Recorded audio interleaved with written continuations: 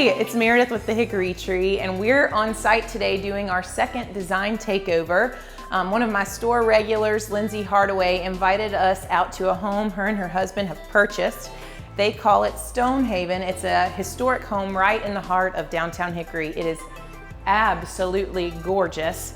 We pulled in and we're just excited to even be here. The house was built in 1922, so they're taking all the history, the family heirlooms, and the sentimentality of the home, but they're giving it a fresh look and face. And one of her biggest obstacles was these gorgeous built-in bookshelves.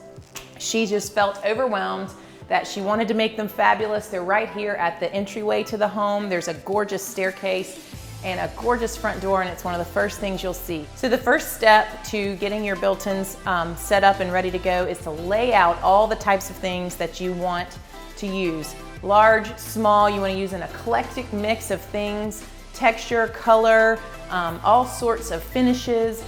Make sure you have a good mix of things you love and things that make you feel happy. Every project brings a challenge, and this project, the family had a few different items that they really would like incorporated into these shelves. One was a magnificent historic family photo with a large group of men in front of this home in 1922, and another was a family heirloom that's a scale that came out of the grandfather's medical practice. Along with that, there were one or two items, a champagne bottle and a cross, that had been passed down from every homeowner. So we enjoyed working those items in to tell the story of this home. The second step we want to work towards is arranging the height of the shelves. Most bookshelves are actually adjustable. They have shelf pegs that allow you to create different heights. And now we're ready to start with our first step of placing some of the larger items on the shelves. The next step after adding the large items was to personalize the space and add some family photos and small things.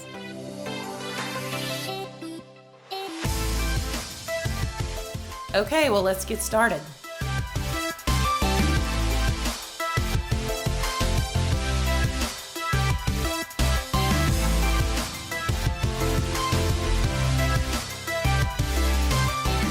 All right, well, we finished up at Lindsay's house at Stonehaven, and these bookshelves look amazing. I tell you, I love it when creative minds work together to tell a story, and that's what happened here for sure. So now we're gonna take a little time to talk about the process and the different shelves and how this all came together. When you're gathering items, always include books.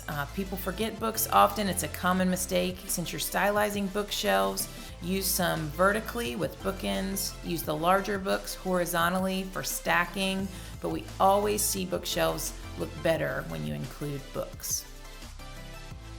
We were able to use the historic photo with old cameras because we thought that told the story of this being an old photo. We were also able to use a lot of unique pictures of their children to personalize the space. We specifically put those in with the baby scale. And then Lindsay did go to school at the coast, so we used some coastal flavor in one vignette. So each space really needs to tell the story of the family. When they walk by the bookshelves, we want them to feel like it's telling the story of their home and also their family.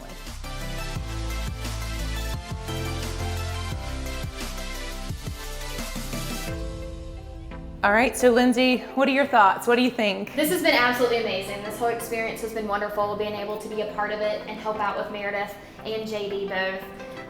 Walking into their store, as all of you guys know, they have incredible pieces, but being able to imagine them in your space is sometimes difficult. It has really come to life, and it's a piece.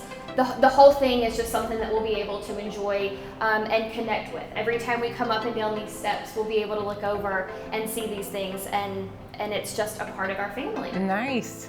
Mission accomplished? Absolutely. Mission accomplished? Yes. Awkward high five.